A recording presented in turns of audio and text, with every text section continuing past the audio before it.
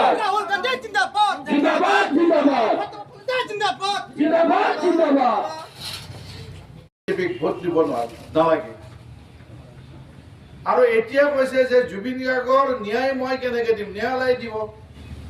এনেকুৱা এজন মুখ্যমন্ত্ৰী যে কৈছে তেওঁ আমি বুলিও কোৱা নাই, চৰকাৰ বুলিও কোৱা নাই, কৈছে কি মই ন্যায় দিম।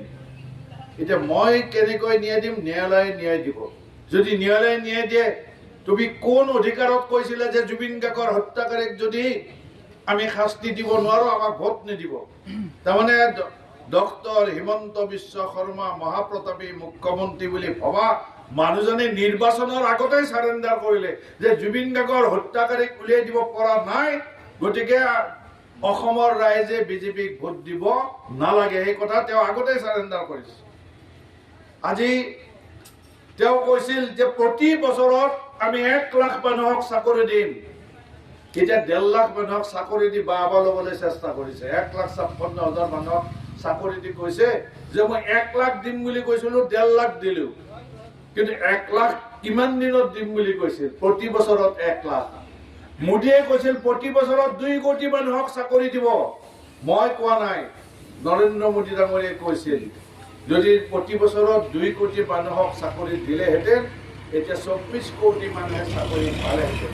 পাইছেনে 24 কোটি মানুহে? পাইছেনে 5 লাখ মানুহে?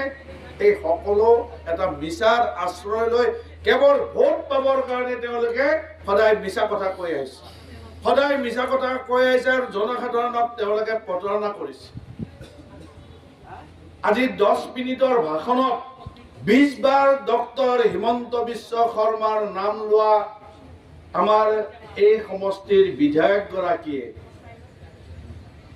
20 বাৰ নাম লয় 10 মিনিটত। মুখ্যমন্ত্ৰীৰ লগত তেওঁৰ ভাল, মুখ্যমন্ত্ৰীক ক'লে কাম কৰে। কেইটা ৰাস্তা বনালে, কেইটা নামঘৰত পইচা দিলে, কেইটা টুৰিজিম স্পট বনালে, কিমান ডেকা ল'ৰা চাকৰি হ'ল, প্ৰদূষণমুক্ত কমলপুৰ সমষ্টি হ'ল নে নাই, এই প্ৰশ্নবিলাকৰ উত্তৰ কিন্তু এইবাৰ নিৰ্বাচনত সুধিব।